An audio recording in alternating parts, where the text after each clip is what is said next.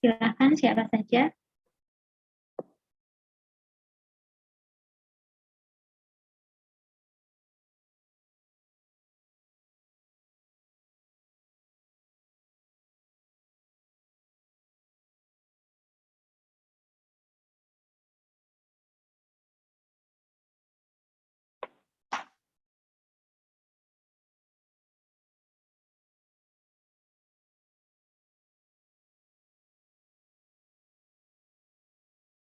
Siapa yang mau pimpin? Silahkan teman-teman.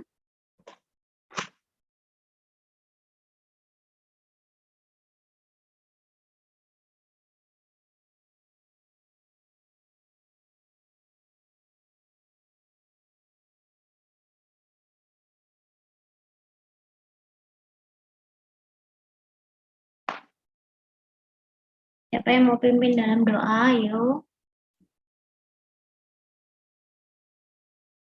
Ya. Ada kehabisan energi kah?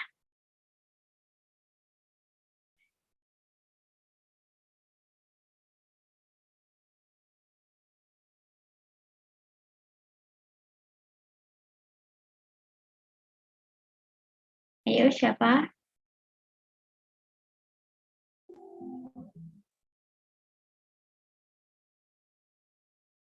Bara Renandri. Ya, Bu. Ya, silakan pimpin dalam doa ya. Oke.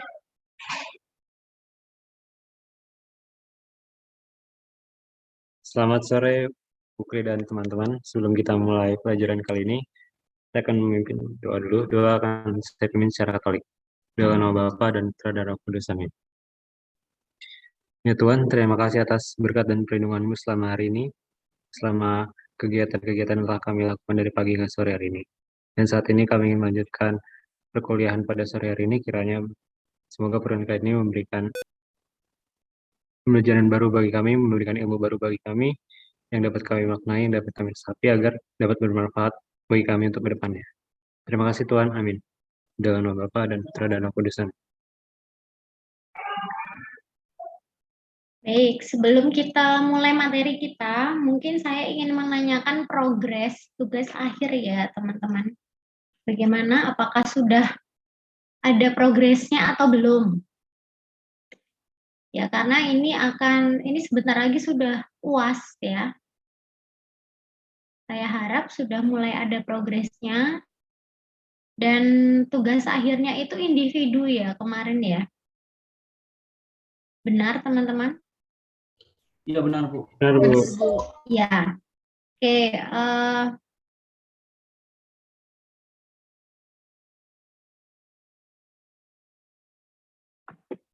Mungkin apakah sudah ada yang selesai? Atau progresnya sudah 50% teman-teman?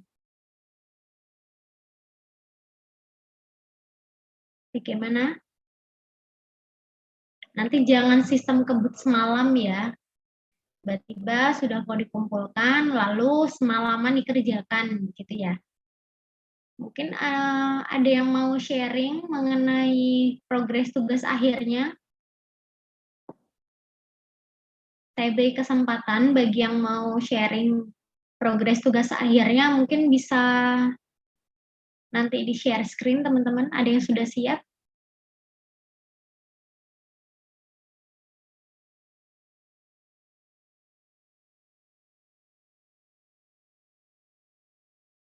Edwin? Halo Bu, saya Sudah berapa persen, Ed? 20% Bu, soalnya. Bagaimana? Sudah mulai wawancara belum? Udah sih Bu, tapi belum buat untuk makalahnya. Jadi belum disusun ya di makalahnya ya? Ya Bu, betul. Oke, yang lain teman-teman?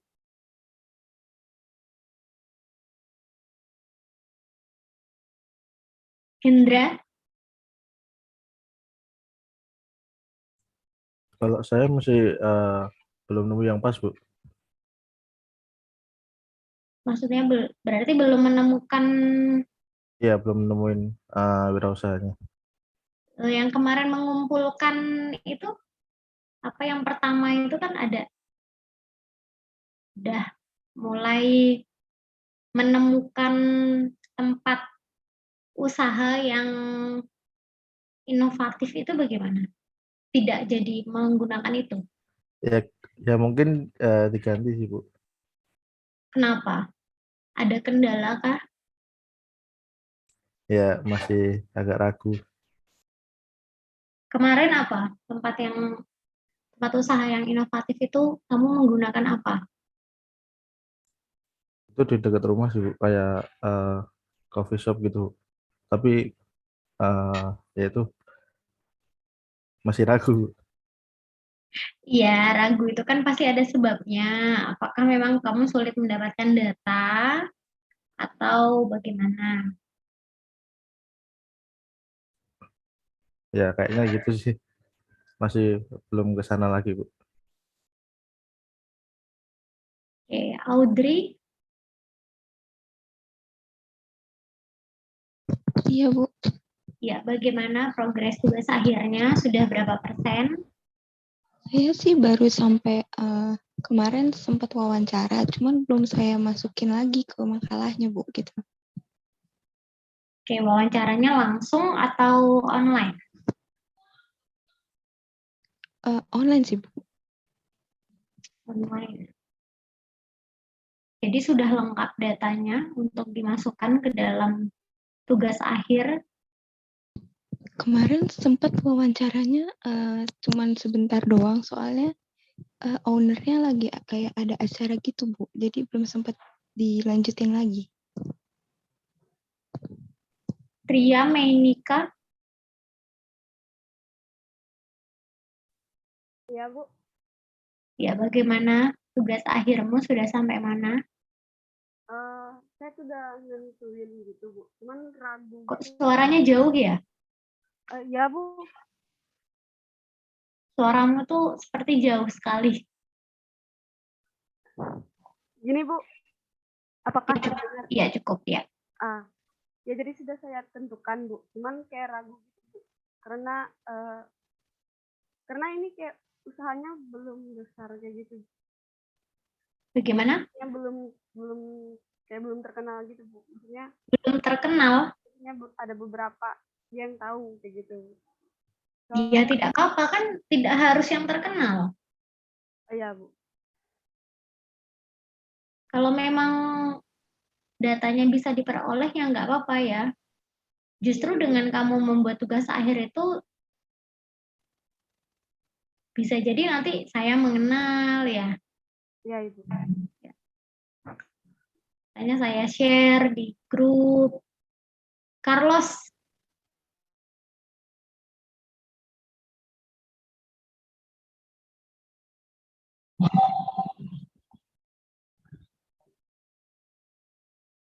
jadi belum dong, belum mulai ya.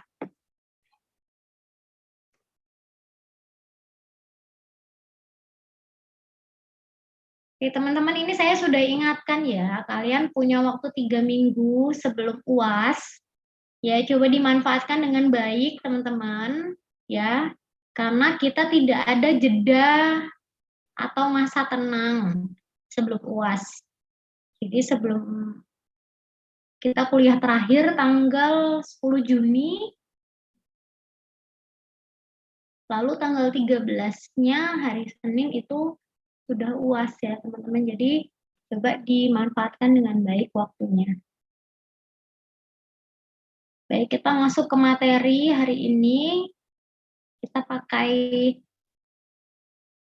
ringkasan yang tadi saya bagikan.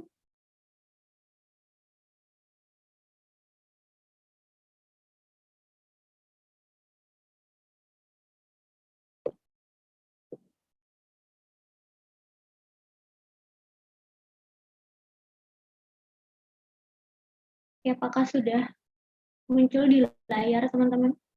Sudah, Bu. Iya, Bu. Sudah ya. Oke, topik kita adalah manajemen keuangan dan mengelola modal. Ya. Sebenarnya untuk UMKM itu topiknya tuh lebih tepat yang mengelola modal, tapi tidak apa-apa, kita akan membahas sedikit tentang manajemen keuangan ya. Manajemen keuangan di sini materinya ya kurang lebih sama dengan manajemen keuangan di mata kuliah MK ya teman-teman. Jadi manajemen keuangan ini konsepnya ya aktivitas yang berhubungan dengan bagaimana cara memperoleh dana dan bagaimana cara menggunakan dana tersebut untuk operasional ya, bagaimana kegiatan operasional itu bisa mendatangkan return bagi perusahaan. Nah, ketika kita berbicara tentang memperoleh dana, ya, itu artinya kita membutuhkan modal untuk menjalankan perusahaan, ya. Kalau yang ada di bayangan kalian, ketika kalian mau membuka usaha itu memperoleh uangnya dari mana, teman-teman? Misalnya kalian mau buka usaha kecil-kecilan, butuh modal 50 juta misalnya. Oke, yang ada di benak kalian, cara memperoleh uangnya bagaimana? Pinjam, Bu. Pinjam di bank. Minjem di bank. Paling umum minjem di bank ya. Lalu yang kedua? Pinjam di koperasi, Bu. Pinjam di koperasi.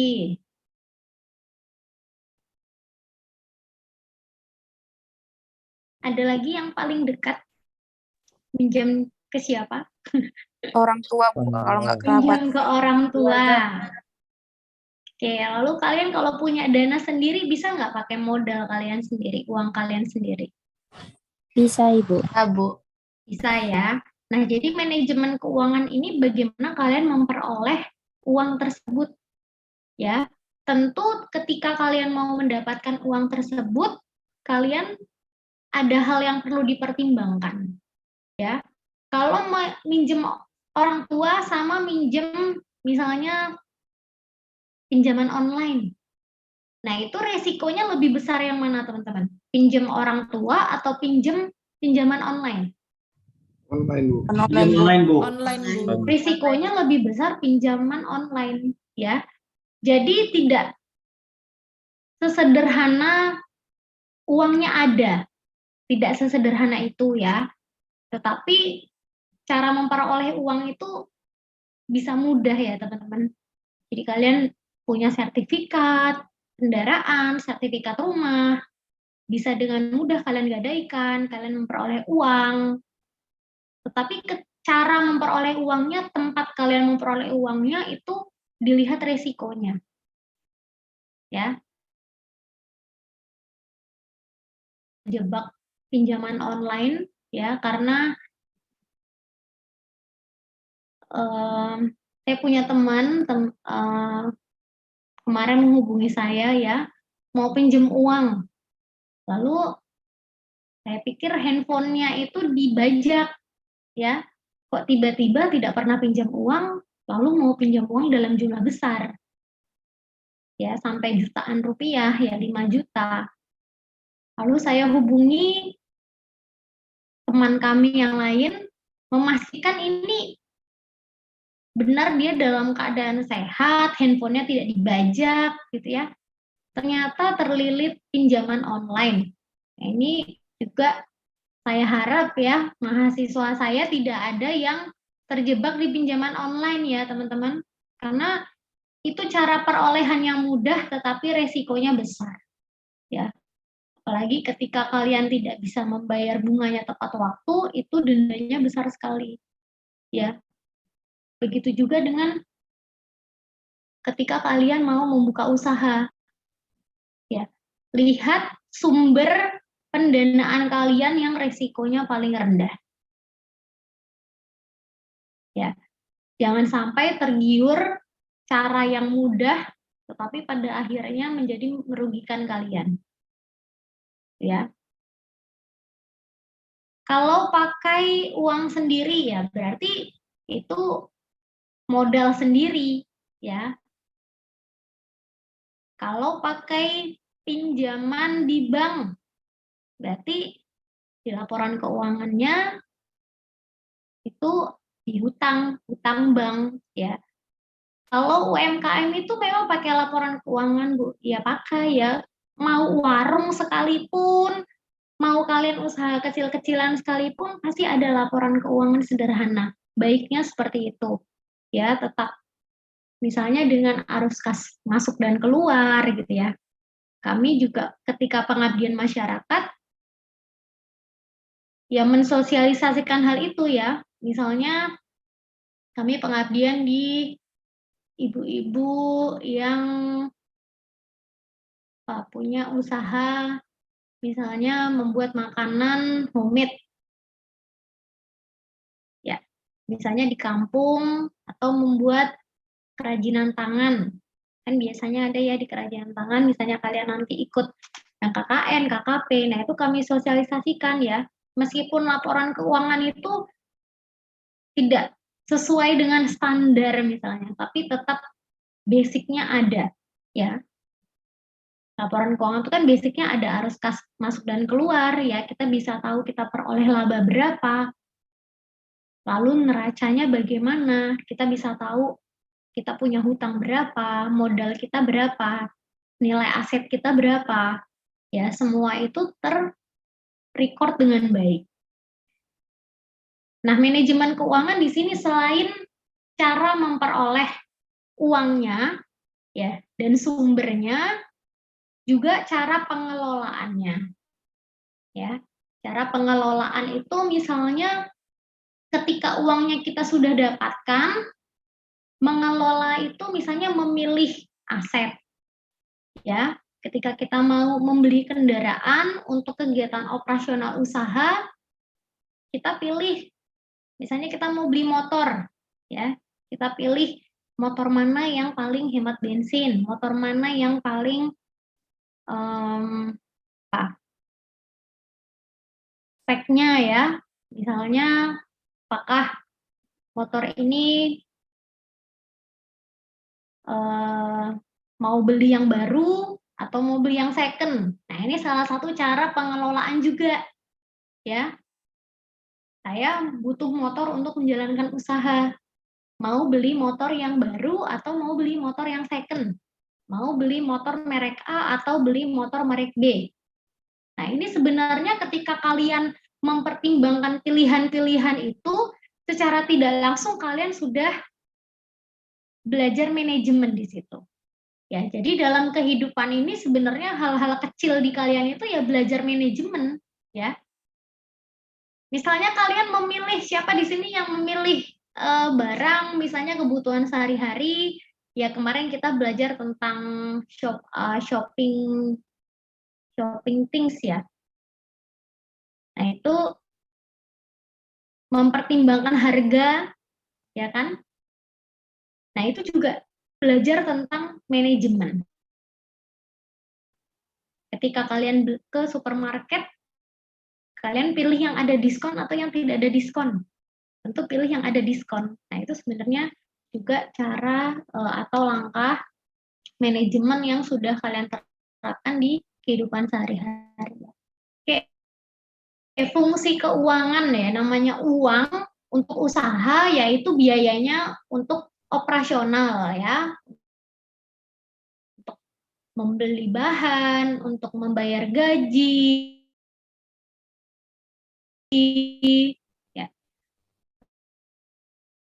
Lalu ada perencanaan keuangan.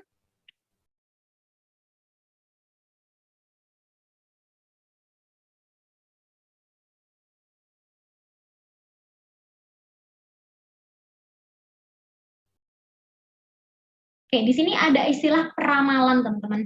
Ya, kalau peramalan di sini sama dengan anggaran nggak menurut kalian?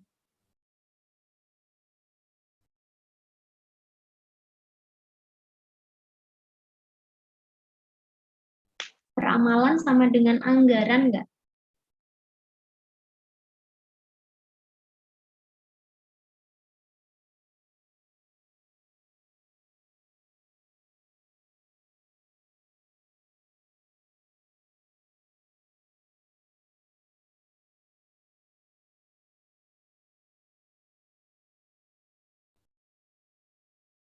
Sama nggak peramalan dengan anggaran?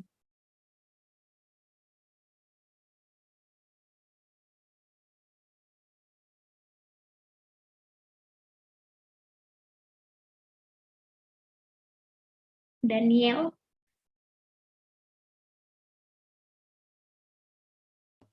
Ya, Bu. Ya, sama tidak peramalan dengan anggaran?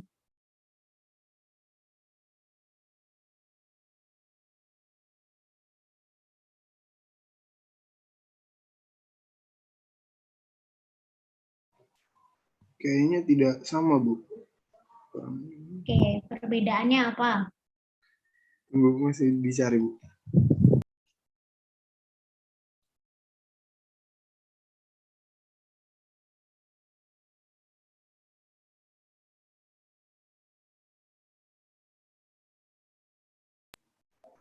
Kalau menurut saya peramalan kayak perencanaan untuk kegiatan ke depannya, nah penganggaran sendiri untuk membiayai kegiatan yang sudah diramal untuk ke depannya begitu.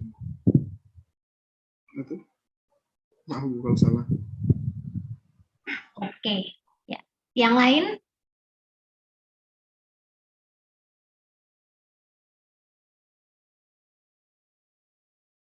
Izin menjawab Bu. Ya, Edwin? Kalau untuk itu suatu gambaran Bu yang mengenai dengan apa yang terjadi di masa yang akan datang. Kalau keuangan sendiri sebagai tetapan atau biasanya menunjukkan suatu indikasi adanya langkah yang diambil agar apa yang dianggarkan dapat Indikasi langkah yang diambil itu yang peramalan atau yang anggaran, Ed? Anggaran. Yang anggaran. Iya. Yang lain bagaimana? Ini dihubungkan ke tadi perencanaan keuangan ya. Dihubungkan mengenai manajemen keuangan. Kita bicara tentang manajemen keuangan, lalu bedanya peramalan dengan anggaran itu bagaimana? Saya boleh mencoba. Boleh, sebutkan nama dan NIM. Saya Jestri, NIM 19145. Oke. Menurut saya bedanya tuh kalau anggaran berdasarkan perhitungan dan fakta yang jelas. Kalau kayak ramalan tuh kayaknya cuman sekedar gambaran doang untuk kedepannya. Sekian Bu. Oke, yang lain?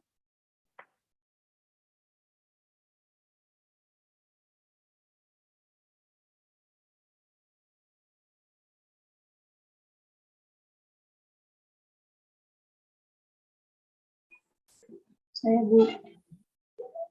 Oke, sebutkan nama dan NIM-nya. NIM saya 095, nama saya Tarista Bu. Ya. Baik. Menurut saya peramalan dan anggaran itu berbeda. Kalau peramalan suatu kegiatan atau proses memprediksi nilai masa depan berdasarkan data dari masa lalu.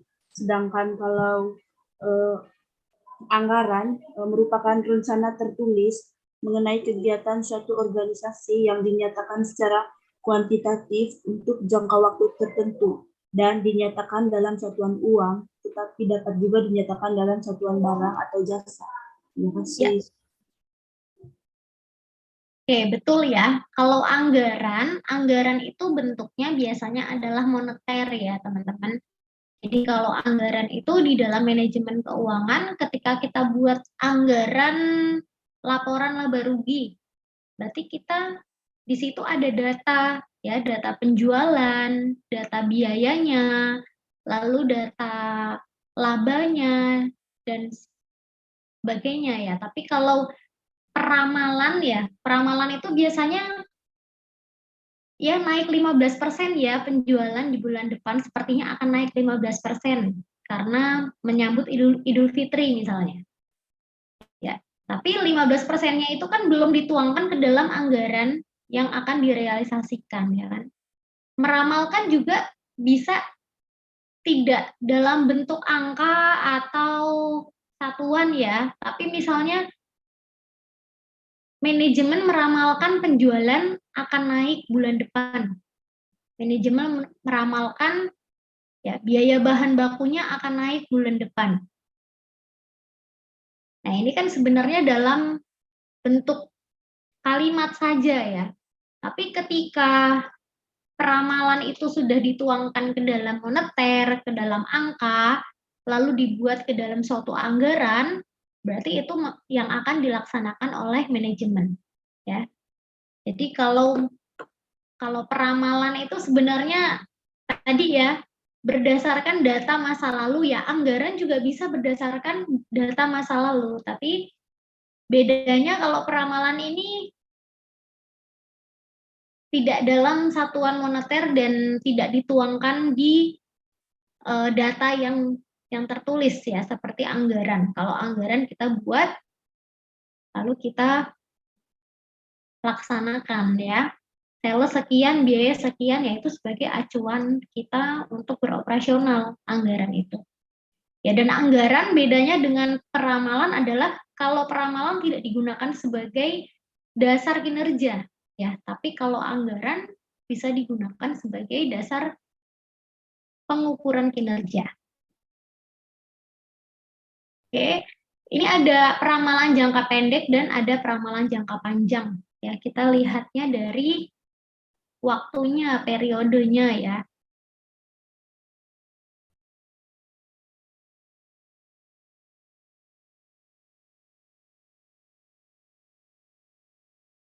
Oke, anggaran teman-teman bisa melihat ya, dicari di internet contoh-contoh anggaran ya, dari mulai anggaran kas, anggaran produksi, ya, anggaran laba rugi. Anggaran produksi itu seperti apa? Produksi itu kita merencanakan yang mau diproduksi itu berapa unit, ya.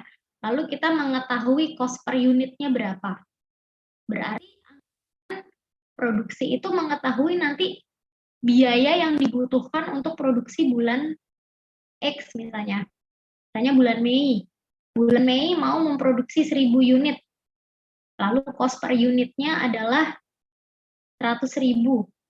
Berarti anggaran produksi adalah 1000 unit dikalikan 100.000. Ya. Yaitu anggaran produksinya adalah 100 juta rupiah. Itu ya.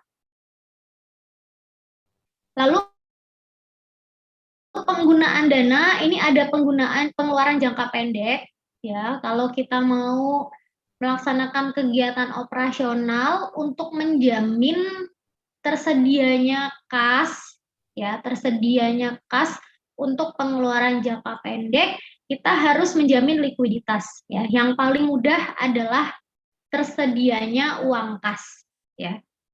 Kalau teman-teman buat usaha untuk membayar ke supplier tidak ada uang kas, kan jadinya terhambat semuanya ya. Jadi tetap harus ada uang kas ya, sehingga bisa mudah untuk kas masuk dan keluarnya.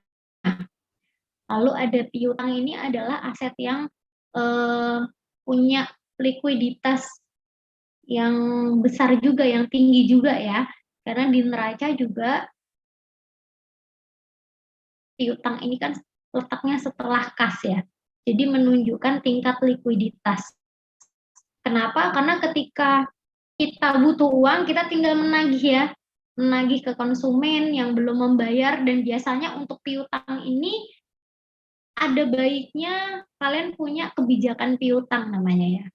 Jadi ada jangka waktunya. Kalau memang pelanggan itu membelinya secara kredit, ya ada jangka waktunya ya. Misalnya barang diterima di tanggal 10 dan pembayaran paling lambat di tanggal 10 bulan selanjutnya. Nah, ini penting ya teman-teman. Karena perputaran piutang yang rendah nanti menunjukkan likuiditas yang rendah juga. Jadi angka lebih baik kalau perputaran piutangnya itu tinggi ya. Lalu ada pengeluaran jangka panjang. Pengeluaran jangka panjang itu lebih menunjukkan ke investasi aset yang berumur panjang.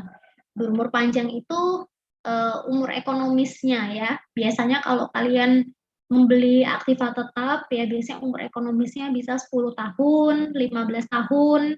Ya lalu nanti di neracanya kalian buat ya.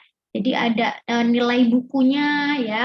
Lalu untuk depresiasinya nanti muncul di laporan laba rugi. Ini untuk pengeluaran jangka panjangnya. Oke, nah ini sumber-sumber pinjaman tadi ya. Kalian paling banyak menjawab adalah sumber pendanaannya pinjaman bank.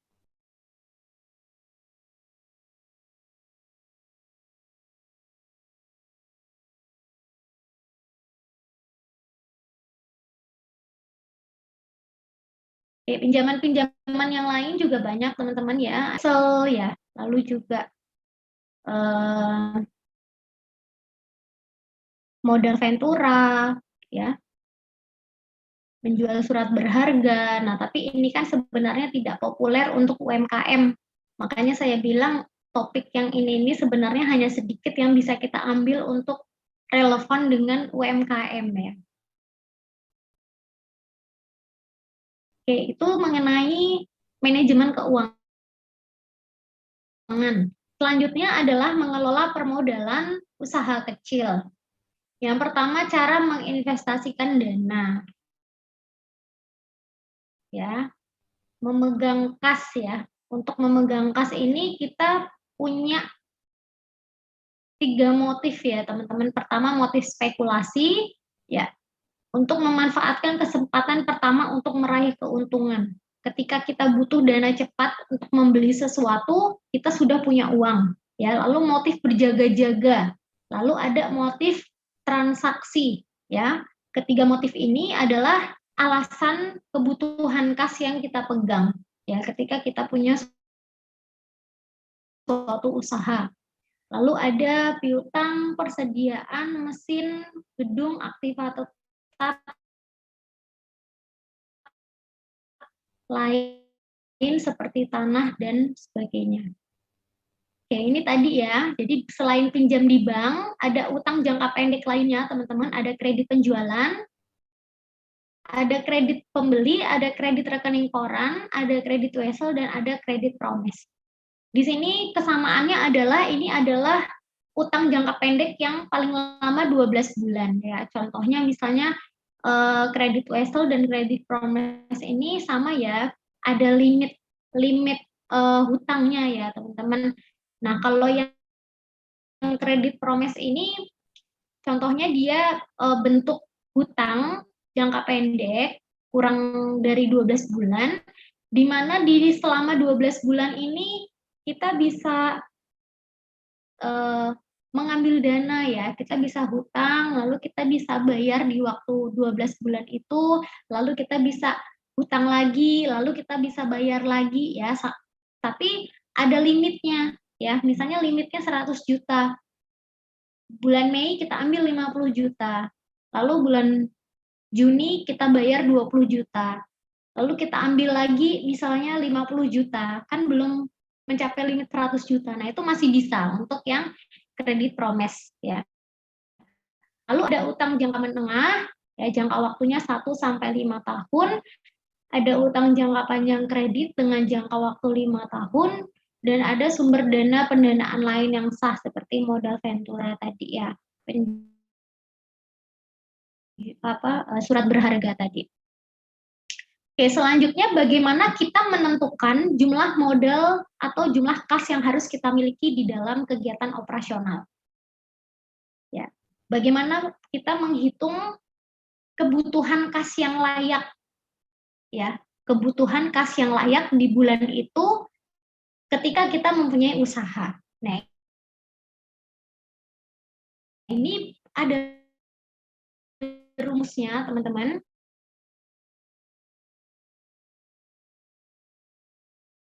Pertama kita lihat modal kerja minimum ya. Modal kerja minimum ini adalah periode perputaran pengeluaran dana kas dikalikan pengeluaran tiap hari ditambah modal kerja minimum. Buku Made halaman 306. Coba dibuka bukunya teman-teman, halaman 306 buku Made.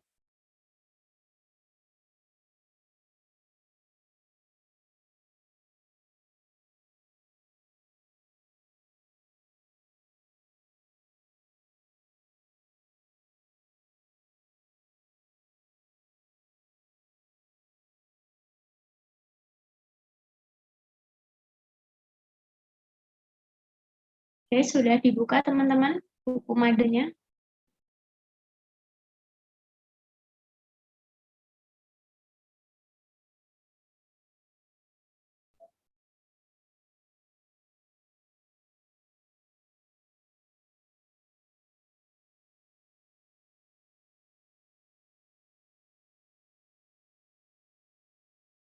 Ini saya stop share saja.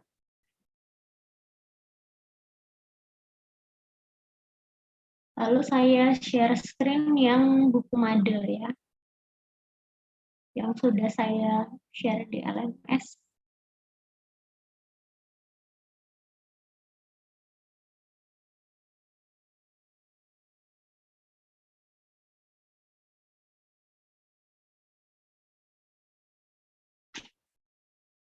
Oke, sudah ada di layar ya. Contohnya, misalnya ini adalah usaha untuk pengadaan kursi kuliah ya. Pengadaan kursi, misalnya ada permintaan 1000 kursi ya. Jangka waktu lamanya pengadaan bahan baku 15 hari, jangka waktu lamanya proses produksi ada 30 hari, lalu jangka waktu lamanya barang di gudang itu 10 hari, dan jangka waktu piutang pada konsumen itu 30 hari. Jadi periode perputaran modal kerjanya ada 85 hari ya. Dari pengadaan bahan baku, produksi, penyimpanan, sampai pembayaran dari konsumen. Itu butuh waktu 85 hari. Jadi perputaran modal kerja ini adalah hari yang dibutuhkan dari pengadaan bahan baku sampai uangnya masuk ya. Jadi barang yang terjual itu sudah berubah menjadi kas masuk. Jadi butuh 85 hari. Nah, lalu kita hitung pengeluaran biaya dan pengeluaran lainnya tiap-tiap hari. Ada pembayaran biaya bahan-bahan 500.000, upah kerja 400.000, pembayaran konsumsi dan gaji 300.000. Lalu perusahaan menetapkan kas minimal di bank atau di brankas itu sebesar 5 juta.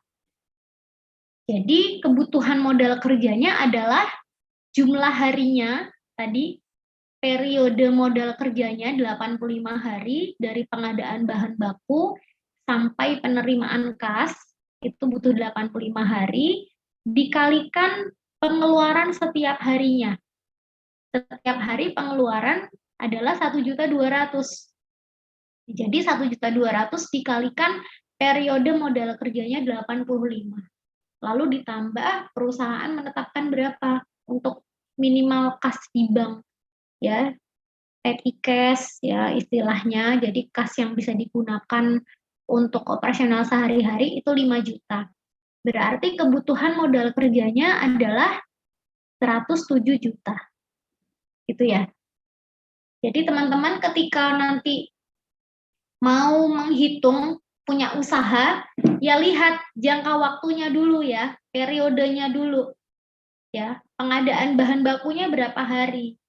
Proses produksinya berapa hari? Penyimpanannya berapa hari? Ya, biasanya kalau lamanya barang di gudang ini tidak boleh lama-lama ya, teman-teman. Apalagi misalnya itu barang yang mudah busuk, mudah basi. Nah, juga dilihat dari sifat barangnya. Ya, lalu jangka waktu piutang pada konsumen. Nah, tadi ya, kebijakan piutangnya berapa hari? Ya, umumnya 30 hari. Paling lama 60 hari. Ya, biasanya kalau dibayar selama 30 hari pertama ada diskon 2% piutangnya. Gitu ya, ada potongan. Nah, itu bisa teman-teman identifikasi ya periode modal kerjanya, perputarannya, lalu dikalikan dengan kebutuhan setiap harinya. Lalu ditambahkan dengan kas minimal. Jadi diperoleh 107 juta.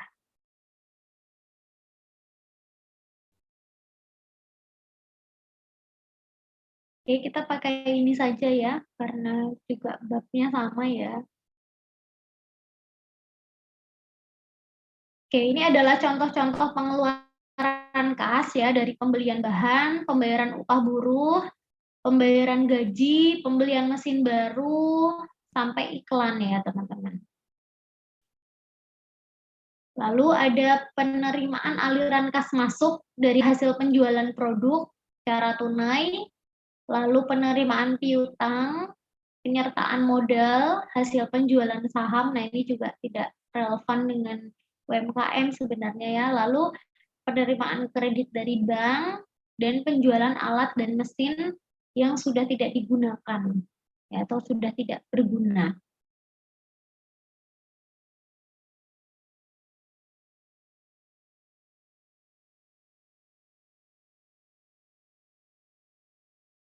Oke, di sini juga ada tingkat perputaran piutang ya. Tingkat perputaran piutang itu berapa kali piutang itu berubah menjadi kas dalam 1 tahun ya.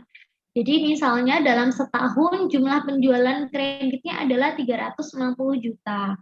Lalu periode perputaran yang diinginkan adalah 30 hari. Tadi kebijakannya ya berarti tingkat perputaran piutangnya adalah 360 dibagi 30 hari. Ya, jadi ada 12 kali perputaran piutang.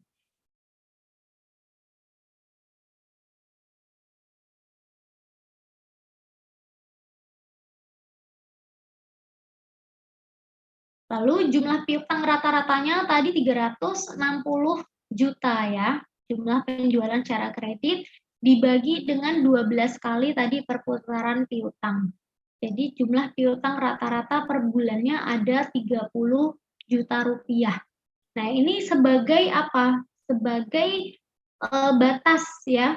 Jadi kalau sudah lebih dari 30 juta, misalnya sudah lebih dari 60 juta menjadi piutang, nah ini sebagai tanda yang tidak baik ya. Karena uangnya jadi tidak bisa kita gunakan. Ibaratnya uangnya ada di tangan orang ya. Jadi uangnya itu masih belum bisa kita gunakan, belum bisa kita putar. Nah, kalau semakin banyak piutang yang ada di luar belum berubah menjadi kas, ya bisa dilihat tingkat perputaran piutangnya, bisa dilihat jumlah piutang per bulannya ya sebagai alarm ya teman-teman. Ketika sudah 60 juta, apalagi sudah 100 juta, nah ini sudah menjadi alarm, jadi sudah tidak boleh lagi. Misalnya belum dibayar yang bulan lalu sudah mau utang lagi, nah ini menjadi alarm ya. Jadi kalau sudah 60 juta 2 kali lipatnya itu biasanya sudah alarm merah ya teman-teman.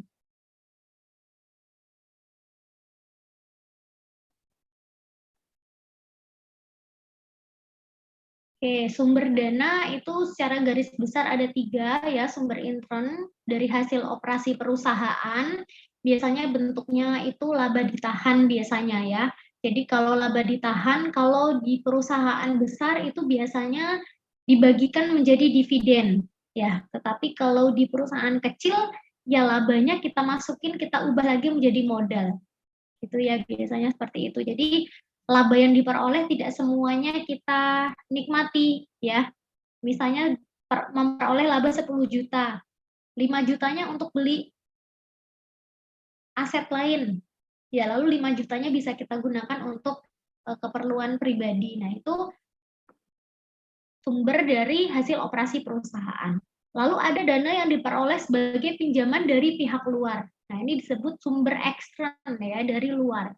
Lalu ada dana yang diperoleh sebagai pemasukan modal dari pemilik perusahaan, yaitu modal sendiri, biasanya seperti itu ya.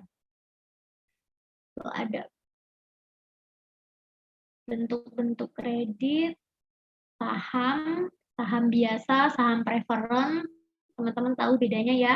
Kalau saham preferen ini disebut saham yang istimewa karena didahulukan untuk memperoleh dividen, ya. Dan juga ketika perusahaan itu bangkrut, yang harus diutamakan untuk ditebus adalah pemilik saham preferen.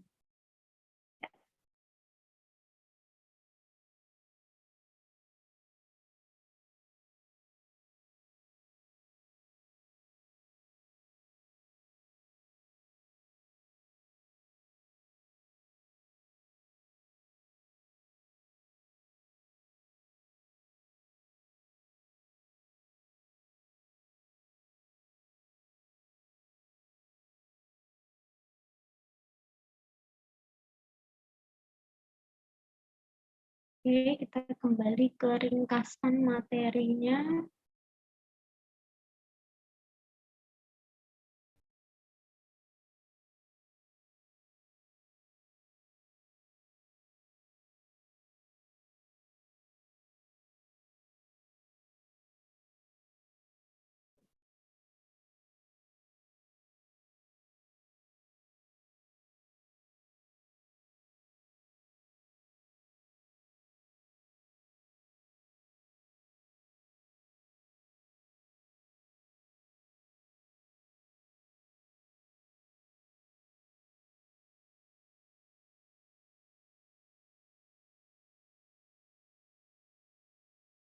Oke, ini ada kegiatan-kegiatan di dalam mengelola modal kerja, teman-teman. Yang pertama adalah bagaimana kita membeli atau memproduksi persediaan, ya, apakah kita membeli secara kredit, ya, sehingga kita memiliki hutang, lalu menjual persediaan untuk kas, ya. Jadi timbulnya, kalau ini tadi pembelian, ya, kalau ini penjualan. Kalau penjualan berarti penjualan kredit, penjualan yang tunai, ya, kita memperoleh kas atau kita menimbulkan piutang usaha, lalu membayar hutang usaha. Lalu bagaimana kita mengumpulkan piutang usaha, ya, kebijakan-kebijakan yang kita ambil, lalu bagaimana kita menagihnya, ya, lalu memulai siklus itu kembali.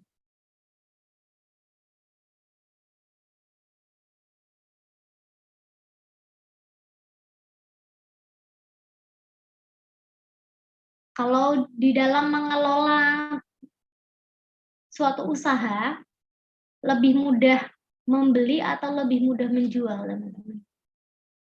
Lebih mudah kita membeli untuk persediaan bahan baku atau lebih mudah menjual persediaan kita? Mana yang lebih mudah, membeli atau menjual?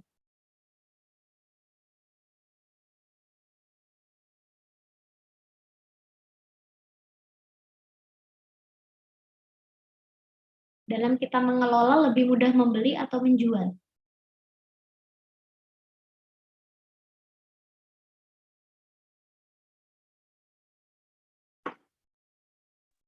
Membeli, Bu. Kenapa, Sebastian? Karena kalau membeli itu produknya udah ada. Kita jadi tinggal ngeluarin uang dan membelinya, Bu. Ya. Kalau menjual itu kan kita harus mencari targetnya. Nah, targetnya itu belum tentu mau untuk membeli produk yang kita punya. Ya.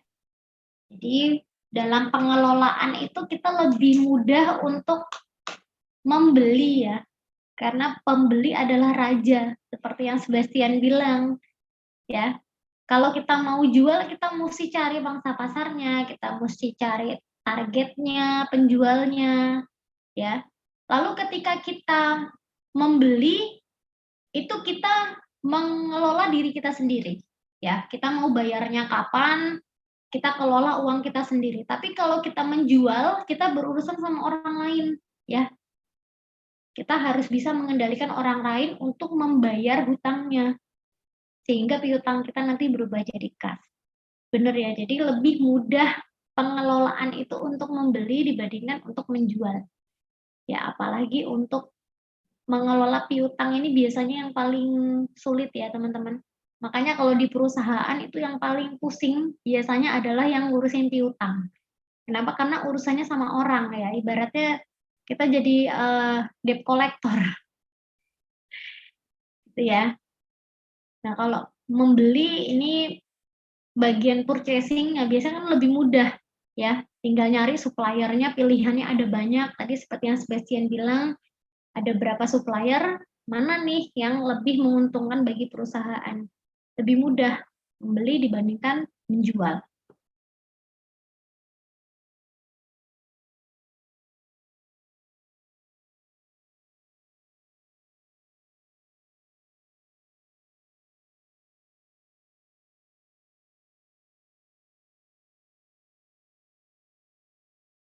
Oke, untuk rasio-rasio ini teman-teman bisa dibaca di rumah ya. Untuk rasio likuiditas itu aktiva lancar dibagi dengan hutang lancar ya. Lalu untuk solvabilitas itu kemampuan untuk membayar hutang ya. Ada rasio utang, ada solvabilitas, jumlah total utangnya. Kalau yang rasio utang itu hubungannya dengan utang jangka pendeknya. Lalu juga rentabilitas ya, kemampuan untuk menghasilkan keuntungan. Jadi kita lihat marginnya, laba bersih dibagi dengan jumlah total aset dikalikan 100%.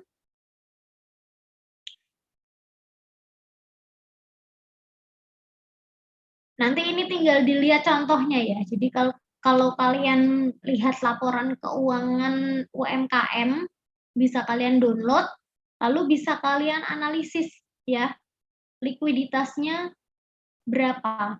Aktiva lancar dibagi dengan hutang lancar, kalikan 100%.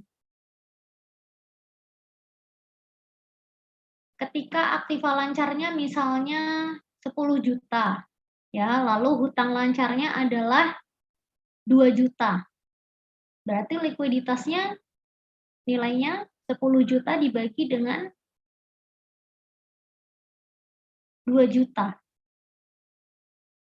Ya, jadi 5. Jadi kemampuan perusahaan untuk menutup utang lancarnya dengan aktiva lancarnya itu besar ya. Jadi Rp1 utang lancar bisa dijamin oleh Rp5 aktiva lancar. Jadi ini likuiditasnya sudah baik. Begitu juga dengan kemampuan membayar hutang ya, atau solvabilitas. Misalnya kita lihat rasio hutang ya. Utang jangka panjang ditambah utang jangka pendek dibagi modal sendiri dikalikan 100%. Nah, di sini kita bisa lihat apakah perusahaan itu punya kemampuan untuk melunasi hutang jangka panjangnya, hutang jangka pendeknya dengan modal yang dimiliki. Gitu ya. Jadi maknanya dari angkanya juga teman-teman juga harus tahu ya. Lalu margin ya. Margin ini kemampuan menghasilkan laba bersih dilihat dari asetnya. Ya, kita lihat margin rasionya berapa persen. Ya.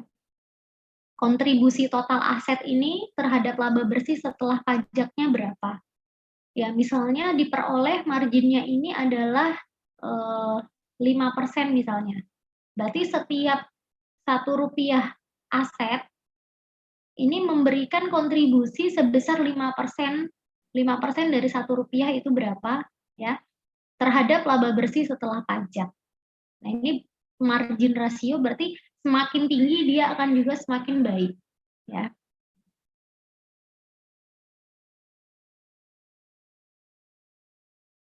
Lalu ini tadi perputaran ini sudah kita bahas ya teman-teman. Oke.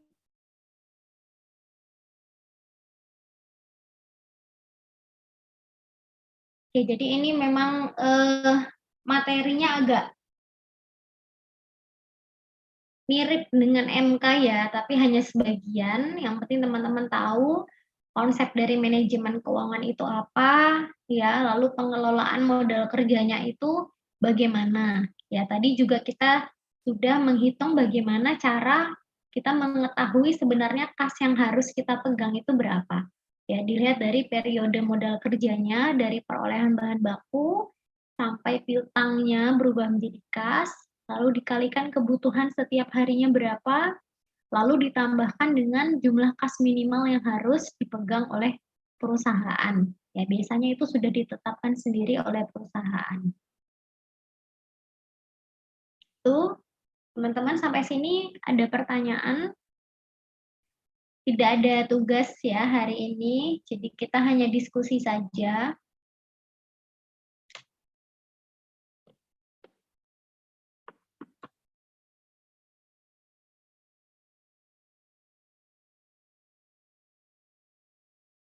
Oke, kalau tidak ada pertanyaan, mungkin bisa on cam sebelum saya akhiri Zoom-nya, teman-teman.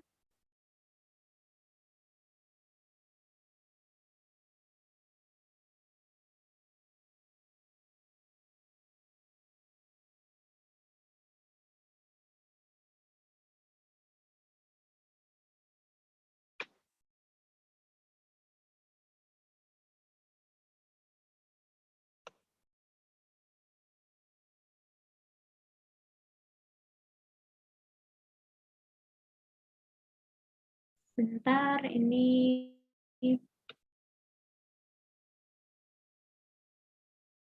bentar ya.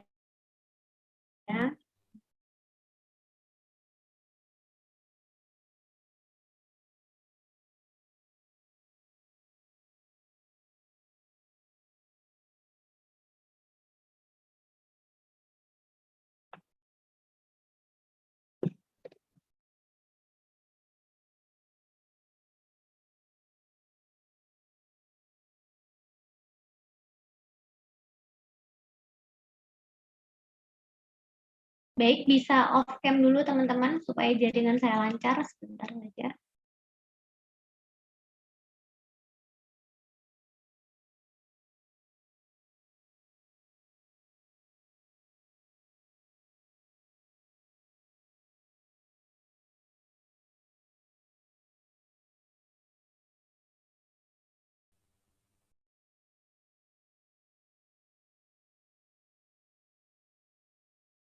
Sepertinya tetap tidak maksimal ya ini.